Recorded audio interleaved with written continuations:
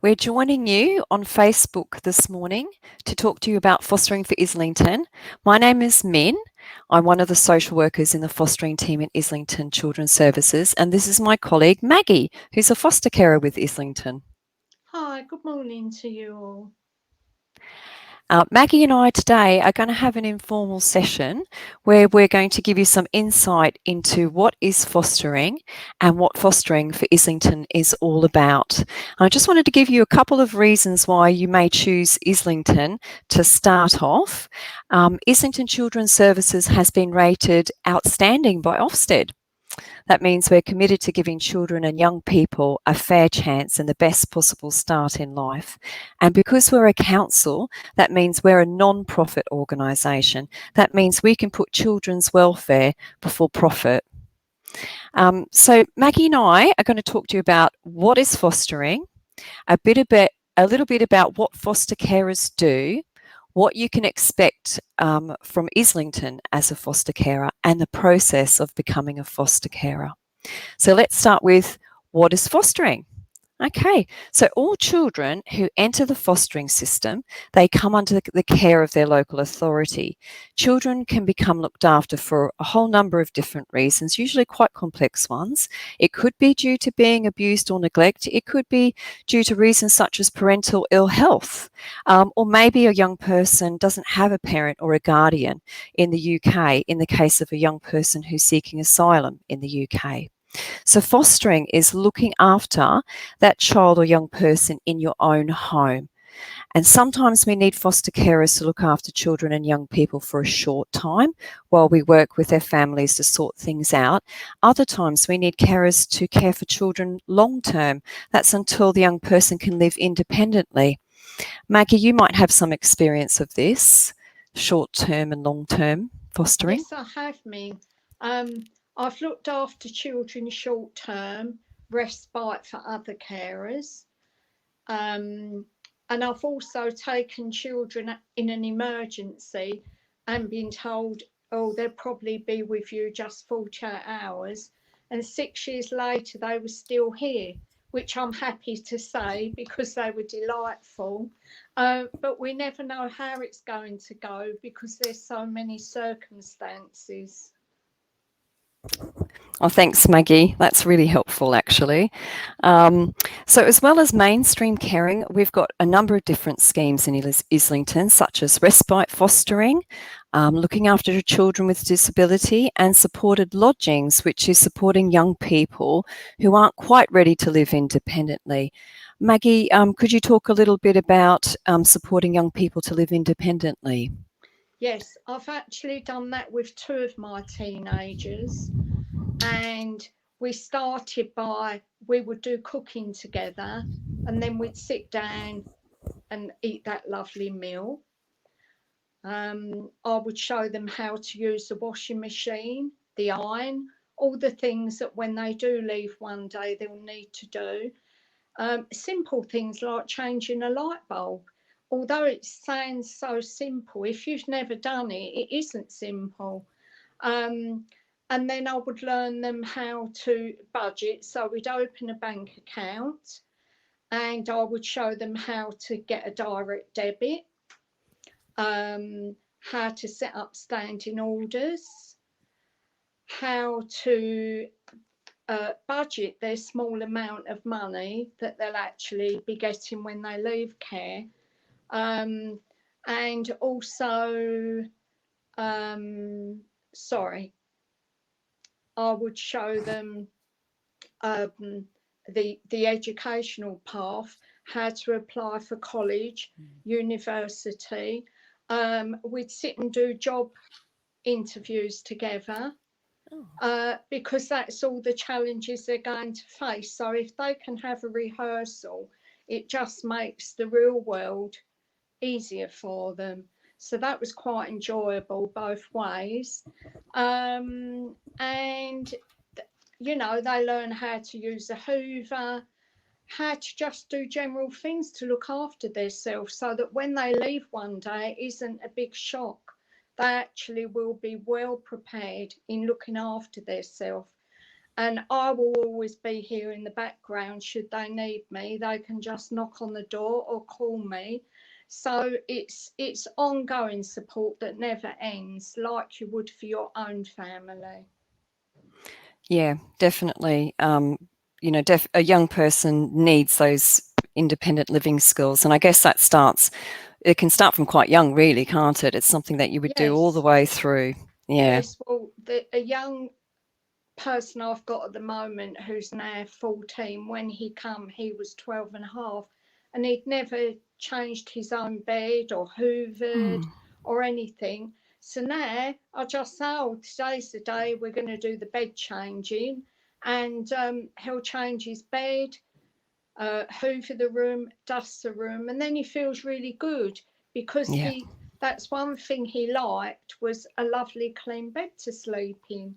And now he does it for himself. So he's just in the routine now that once a week we change the bed. Well, he changes the bed. Well, that's good. That's a really good skill to learn. I still remember when I left home making my very first meal all by myself. So you talked about helping children learn how to cook and everything. Yeah, it's really Yes. important.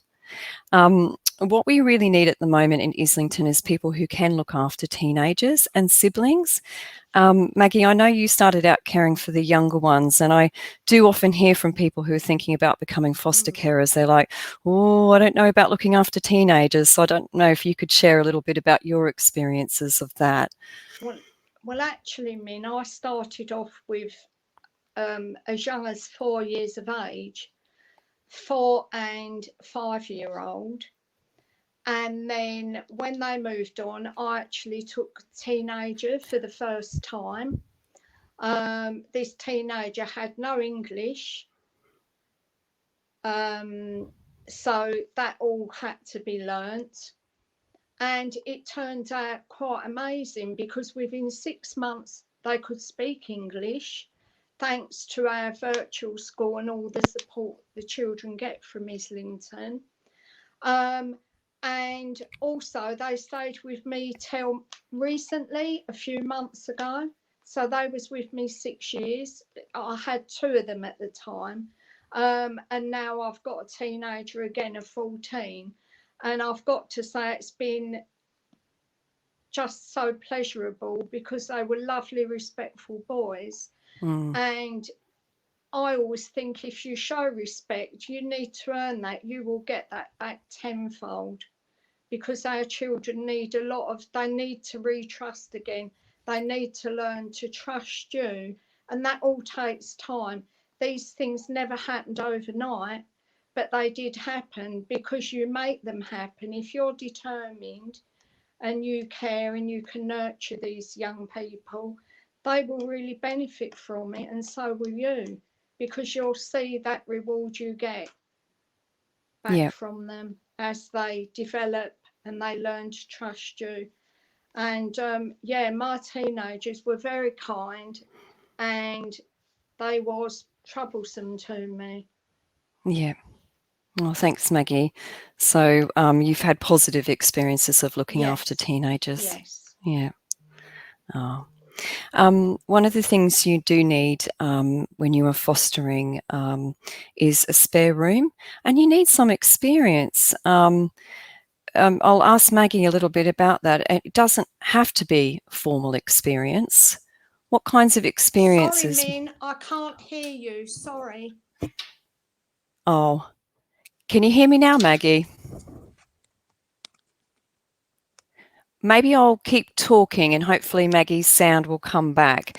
What I was going to ask Maggie about, but I can talk about that, is needing some experience. And I just wanted to say that this experience could come from looking after your own children within your own family, or maybe it's from your work experience or your life experience. You don't have to have any qualifications if you wish to foster. And you may have more to offer than you think. Can you hear me now, Maggie? Yes, I had to Yay! actually come back into the broadcast. We're learning so many new skills in this virtual world, aren't we? So I was very Yes, confident you would make it back. it's because my phone is synced to my tablet. Yeah. So when that rang, it just cut that out. So Oh, I I switched my see. phone off, actually.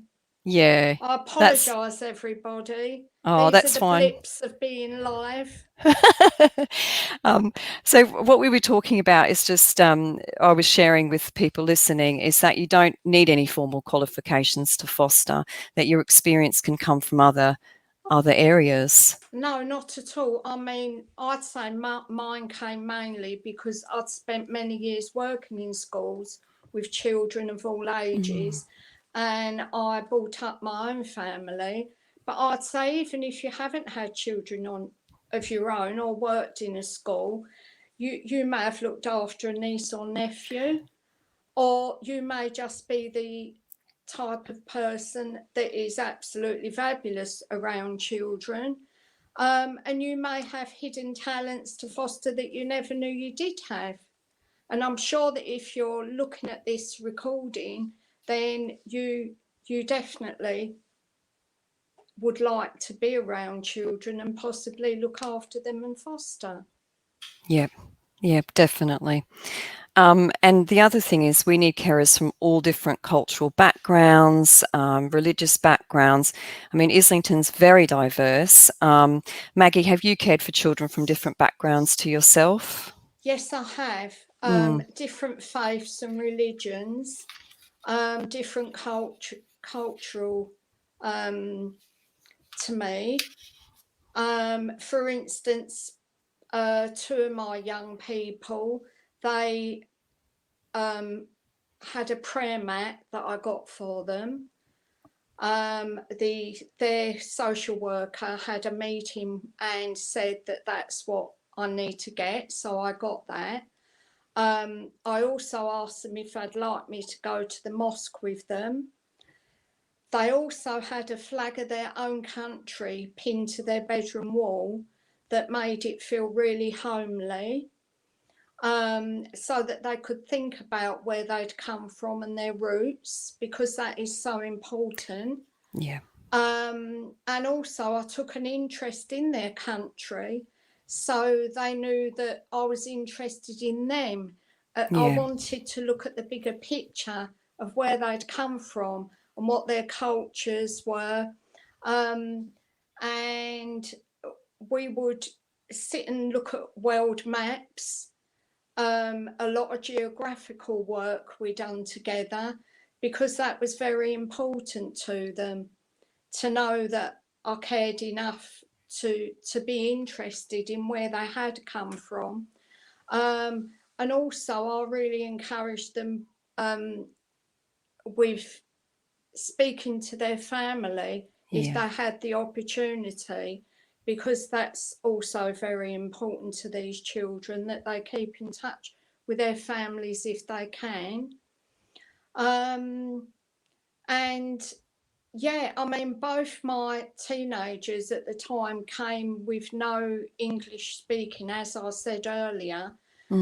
And they, so we actually at the beginning Google translated, Yep. which was a real help. And then you know, by the time they'd been here for about a year, they were actually helping me with all the technology. You Yeah. know, if I wanted to do something online, they'd say, "Come on, we'll help you," and they giggle and laugh as if to say, "Well, you know, she's older, she's not much good with this technology." So you do need a sense of humour, because that just lightens a load every time, and I've definitely got that, and they had that too. Oh, that sounds really nice. And so, as well as having a sense of humour, we really need people who are nurturing and can have empathy for others. And that's something that, we're looking for. All of our kids need that, don't they, Maggie? Definitely. And I find that if you give them lots of nurturing and love, it will definitely shine through. That will be another reward you will get.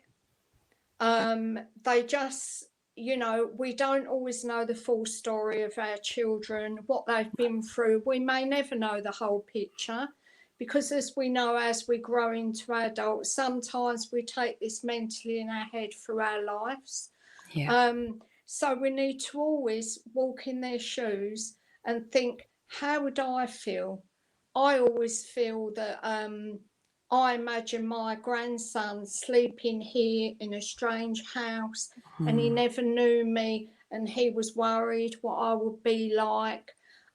So we need to keep smiling. We need to reassure them, give them a night light if that's what they'd like, no matter what age they are. Yeah. We've all Yeah. got our fears, Mm. but give them a lot of love and listen to them and advocate, be their go-to person.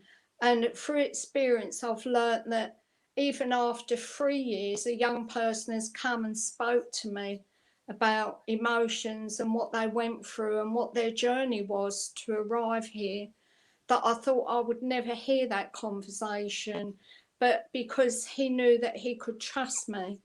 Yeah. So that took time to build as well. Yes, it did. So Yeah. you do need a lot of patience, but Mm. you know, these children are very grateful, even if you don't think they're showing it. They are. They're very grateful that they can be safe and they can trust you.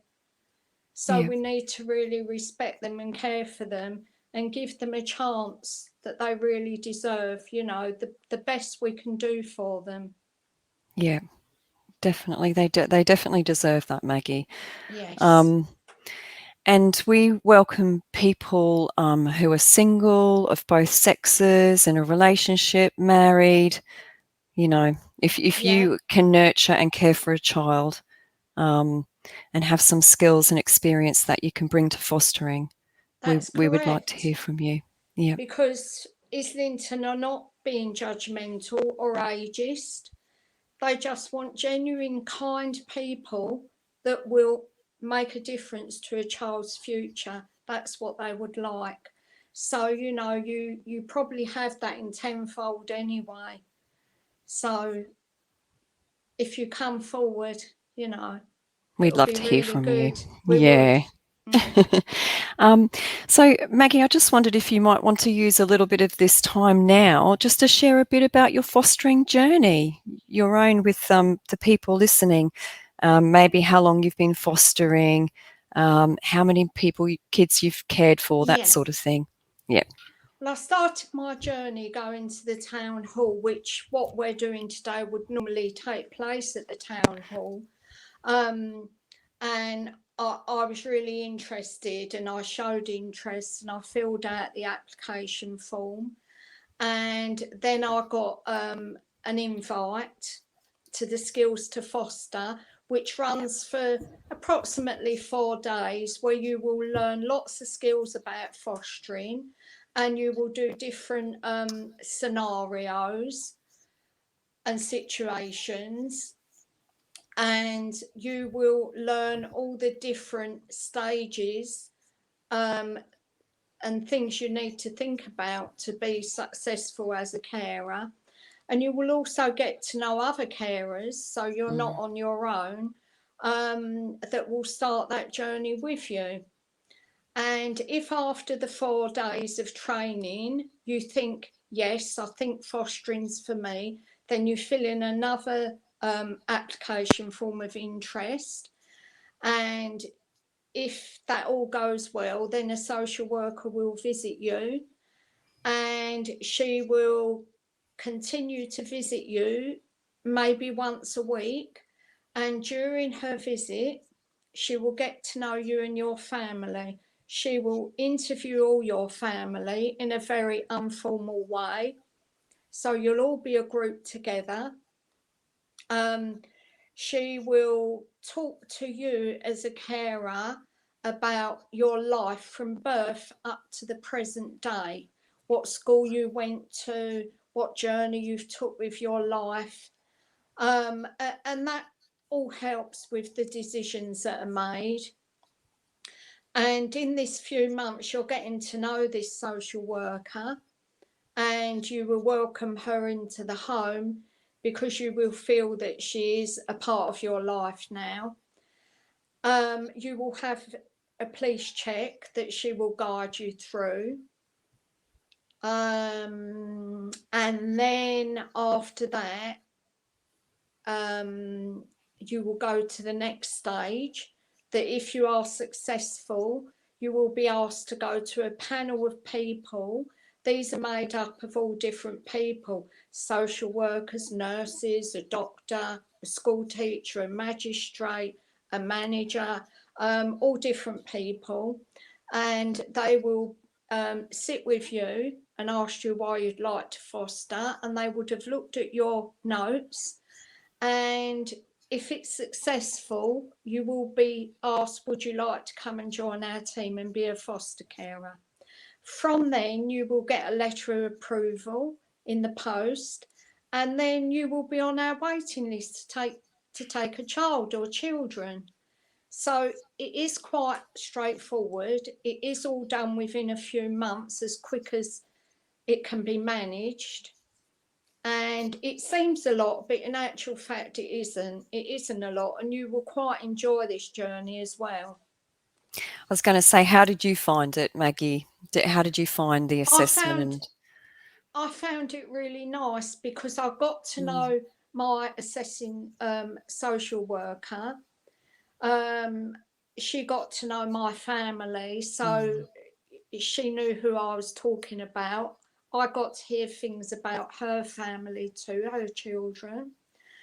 And when I was on the skills to foster, I had such a good time, because it's quite light-hearted. Although we're talking mm, about serious situations, it's light-hearted and done in a very nice way.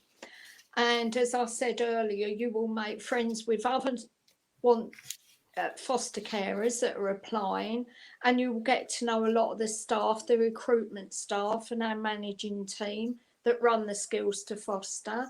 I normally go on the skills to foster sometimes also, so I will be there, and I get to know you too, which is really nice.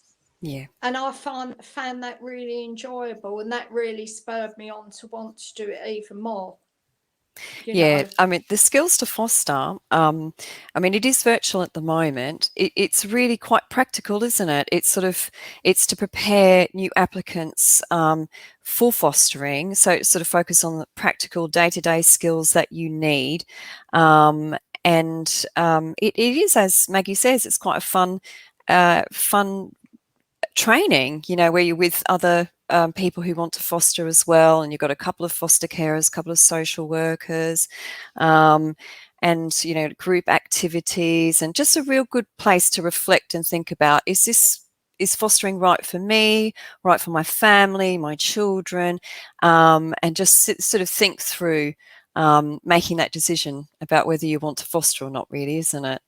It is. And also, you get to meet some of our teenage children, Yeah, and yeah, they will speak to you about what they've achieved and what their journey was like. So that is really exciting. That normally happens on the last day. And then you yeah, get a real feel of what you're doing, yeah. what you will be doing for these young people. Yeah, and just talking about the assessment, what Maggie was talking about, I mean, it might sound a little bit intrusive meeting with the assessing social worker and talking about, your growing up life, your adult life, basically what's made you the person that you are today, and the skills and experiences that you have, you may not even be aware of. So it's bringing those out. Um, but what I would say is it's absolutely essential that this assessment is really thorough, because we've got a huge onus of responsibility on us to be placing our children and young people who have experienced trauma into really safe, loving, nurturing homes. And that's why the assessment needs to be thorough, and it takes the time that it does. And it does include all those checks and references that Maggie Mm. was pointing out, like a DBS check, and maybe an employment check. If you have children, we'll do an education check with their school. Yeah. Um, and Uh, the Go on, Maggie, go. and can I just say, Min, that when I had my assessment, to say to people that even if certain things have happened in their life that Mm, you'll be speaking about, they could actually be quite rewarding to foster, because some of those downfalls you've had in life and not so good times, they've made you the person you are today. So you can take those skills with you of knowing that life isn't always easy, and that will help you care and look after a child who's having a tough time when they Yeah. come to you, what they've been through. So, you know, that can be another skill you can bring, actually. And that's absolutely right, Maggie. So that may mean that you have really good empathy for the children and Yes. young people with what they've been through. And also, it might have made you a really resilient person. And you need to be resilient when you're looking after children and young people who've experienced trauma. Yes. Okay. So thanks for that, Maggie. What would you say some of the rewards of fostering have been for you? I'd say the big thing, what I said earlier about when the child opens up and Yeah. really starts talking to you, because you really feel that, yeah, this was worth waiting for, you know, because that's rewarded me knowing that they trust me. Mm. I always just get a sense of goodness that I've been given, trusted to look after your children. Um, and I just, when I see what they achieve and what they've been through, and a year or two later, how you're looking at them now, you do achieve a lot, but because you're doing it every day, you don't realise how much you're achieving. Um, you know, one of my young people, they could have never sat through a college interview when they first came here, you know, and by the time we went to the college and he had his interview, he just sailed it, you know, Mm. because he'd built his confidence. His confidence had come back, so he was standing very tall. Instead Wow. of Mm. when he first came here, he would have his hood up, he'd do it up tight and run up the hallway and run back. And at the beginning, I thought, oh, you know, is this how it's going to be? But it gradually, the hood came off, and there was the lovely person there that had Oh, managed to put that hood down because they felt okay and they felt safe. So it and is about, valued. and Yeah. that's the reward you get, that you do make a big difference. And it's so important that we get kind, nurturing foster carers, because we've all been children and we all deserve to give these children the best life they can have. Yeah. And what I would say is, when you're thinking about fostering with Islington, you're not going to be fostering on your own. You're a part of a whole team that's working with you to support the child and the young person. And because we are a local authority, we're a bit like a one-stop shop. So everything's under one roof. We've got a couple of buildings and the services are there. Maggie, do you want to talk about some of the support that you access as a Yes, foster carer? yes, I would like to. Thank you, Min. You will be given your own social worker, so the child will have his or her social worker. You will also have yours, and she's called a supervising social worker. She will come to visit you regularly. She will support you and help you with your journey. If you've ever got any issues or problems, she is there at the end of the phone. If necessary, she will make another visit to help you. Um, Also, you will work around, as Min said, a big team of people. You will work with, we have our own doctors and nurses for our Islington children. So you will work alongside these people. You will have people that train us, that do all our training in Islington.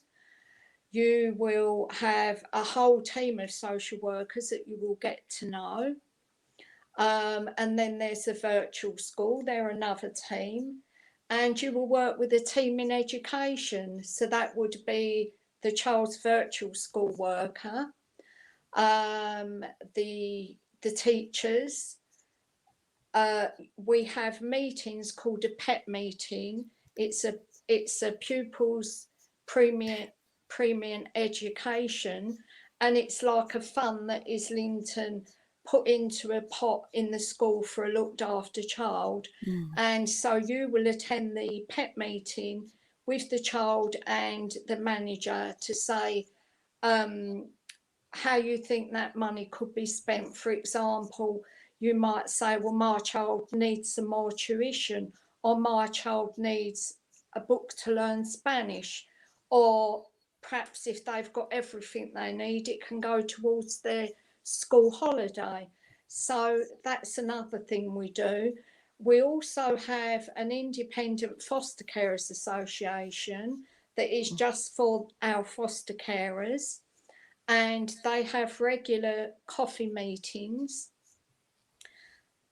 in better times, unlike these, where we would go to the office and we've got our own IFCA room and we would all meet up. And if you've got any worries or fears, your peers there can help you. We do outings for yourself and your foster children. And you can be part of this committee if you wish to. If not, you can just come along as a foster carer and enjoy it. I'm trying to think what else, Min. What Yes, we about, have oh, go on. support groups. Yeah. So we have a baby group. We have an infant and junior group, a teenage support group, a male support group. We have all these support groups that when you become a foster carer, you can come along to, and we talk about different topics and scenarios. And if anyone again has anything they'd like to discuss, we can perhaps spend the whole hour discussing it. So they're really helpful, and they will guide you along as well. You've described really good peer support here, so that's absolutely crucial. So you've got Yes, the support groups and you've got your strong IFCA association as well. Also, there's 24-hour telephone support. I'm sure yes, that's reassuring as a foster carer.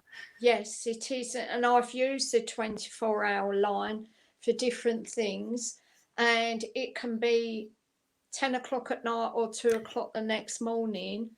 Someone is definitely at the end of this number and they will speak to you. And you don't have to feel that you're intruding with them. They're there, that's what they're there for, and they will be very kind and they will help you no matter what the problem is. So you're not on your own with this. From day one you start fostering, you've got 24/7 support network around you.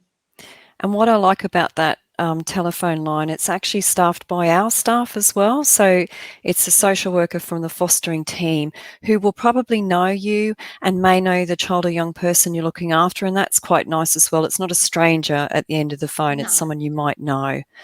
Yeah. And you've already mentioned training, Maggie. We've got loads of training. I'm really proud of the training that we have in Islington, actually. So as well as the skills to foster training, which Maggie and I do and some of our colleagues do as well, there's ongoing training. It just doesn't end, and it's really interesting. You sign up to the training hub, you choose things you're interested in, your social worker will help you choose things that will help you look after the child. Is there any training that you find particularly interesting and really useful, Maggie? I found the first aid really useful. Yeah. And it was really useful because actually, after I'd done my first aid, one of my children had a fit. Oh my goodness. So I Okay. just Yeah. knew what to do. You That's just so go good. into Yeah. this mode of knowing what to do. So that was really, really precious to me. Yeah. Safeguarding, that Yep. we all have to do first aid and safeguarding. And PACE training, where we learn to foster in a therapeutic way. So we're Yep. really listening to the child, taking a step back, thinking about what the child's thinking. It's a different way of fostering. So that also is compulsory. But can I just say, when you do this training, it is during the children's school time. So the trainer will know that you have to actually get on the train or the bus or walk to the office, wherever the training may be. And it's all slotted around your child's school day, so you don't have to worry about how you're going to make it or anything. Yeah. No, that's brilliant, Maggie. And um, yeah, okay, that's really good. I'm just seeing if there's anything else we've missed. I mean, we're covering a lot. Oh, the other thing I suppose we should say is that you do get an allowance when you're fostering. The rewards can be up to £467 a week, depending on the age of the child that you're looking after. You get extra money, for example, to treat their child on their birthday, for a religious holiday, money towards taking a child on holiday, and up to a certain amount that's actually tax-free as well. Yes. So I mean, Maggie's already quite succinctly talked about the process of becoming a foster carer, so I'm not going to go over that in detail, except to say at the moment, most things are virtual and online. So one of the first things we would do, if you're interested in, after listening to this today, in becoming a foster carer or finding out more about that, we would conduct what's called an initial visit, and that's with either myself or one of the other social workers in the team, and that's going to give us a picture of what experience you have in caring for children and young people, or what transferable skills that you have, and what we talked about earlier, that could be from a job that you have, past experience looking after your own birth children or friends' children. And it's an opportunity for us to have a look at space in the home. We can actually do that virtually. So you can take me on a tour around your home and you can show me the bedroom that you would be using for fostering. And the reason we do that really is just to make sure that there's enough space for you and your family to live comfortably together with the young person that you're going to look after. And then we've already talked about the short training course that you will need to attend, which is the Skills to Foster training, 4 half days. And that's that practical course I was talking about that really helps you think about the day-to-day skills you need, some of the challenges of fostering, and really helps you to think by the end of the day, actually, this is something I can do, I'm excited about. Maybe this isn't the right time, for my family or my children at the moment, I need to wait. That's what that course will help you to think about. And then, of course, the assessment that we've talked about already, including checks and references. And so I suppose, unless, Maggie, you have anything else that you wanted to kind of add, I mean, I'd love to hear a positive story, although you shared several of them. Do you have one that you wanted to share? Let me think. I've Putting you had on the quite a spot. few. It's just when I'm put on the spot. Oh, I did look after a 15-year-old young lady, because unfortunately her parent couldn't manage at the time. She was only with me for 7 months. When she first came, she was really nervous and she was pulling out her eyelashes because she'd been through so much in her young Oh. life. Mm. But again, she was only here a while, but we used to sit and watch the makeover shows together because we both loved the homemaking. So we'd sit and watch that together. And Mm. this is a young person that when she first comes, she wouldn't even unpack the case for 2 weeks. Oh, yeah. Because obviously, you think once I unpack, I'm here. The Yeah. reality sets in. But we'd get a takeaway and some popcorn and enjoy the TV together. And she made great friends with my granddaughter, who was younger than her, but they got on really well. Um, and then near the end of her journey with me, Mum actually came and had coffee with us. And she was such a lovely mum. It was through no fault of her own. It was Yeah. just something Mum was going through. Um, and she still comes to see me now. She just pops Wow. up every now and again. And also, if I see mum when I'm out shopping, mum will give me a hug, and mum's got my phone number, you know.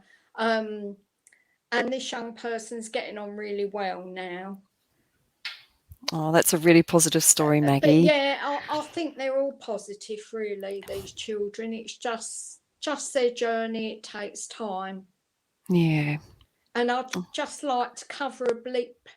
I apologise to all you listeners at the beginning. I said a troublesome teenager. I meant to say trouble free, and they definitely are.